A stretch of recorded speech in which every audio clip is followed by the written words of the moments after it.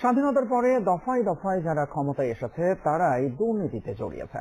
নাটোরে কর্মী সম্মেলনে এমনটাই মন্তব্য করেছেন জামায়াতে ইসলামীর আমির ডক্টর শফিকুর রহমান। জানান যে বৈষম্যহীন সমাজ গড়তে চান তারা, বিদেশে বন্ধু চায় প্রভু চায় না বলেও মন্তব্য করেন জামায়াতের আমির। ধারাবাহিক কর্মসূচির অংশ হিসেবে শুক্রবার নাটোরে অনুষ্ঠিত হয় জামায়াত ইসলামীর কর্মী সম্মেলন। এতে প্রধান অতিথি দলের আমির ডাক্তার শফিকুর রহমান, যোগ দেন জেলার বিপুল সংখ্যক নেতাকর্মী। সম্মেলনে ডাক্তার শফিকুর রহমান বলেন, স্বাধীনতার পর দফায় দফায় যারা ক্ষমতায় এসেছে তারাই দুর্নীতিতে জড়িয়েছে। গেল 15 বছরে বিভিন্ন দলের নেতাকর্মীদের উপর নির্যাতন চালিয়েছে আওয়ামী লীগ।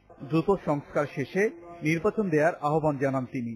কম বেশি সবাই এই জাতিকে কষ্ট দিয়েছে, জুলুম করেছে। সবচেয়ে বেশি কষ্ট দিয়েছে গত 15.5 বছরের ফ্যাসিস্ট সরকার। তারা সবার গায়ে হাত দিয়েছে। আমাদের সেনাবাহিনী দিয়ে শুরু করেছে, আর আমাদের বুকের সন্তান যুবক যুবতীদেরকে দিয়ে শেষ করেছে।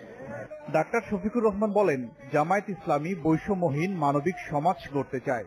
এজন্য বিভেদ নয়, দরকার ঐক্য। বিদেশে বন্ধু চাই প্রভু চাই না বলেও মন্তব্য করেন তিনি।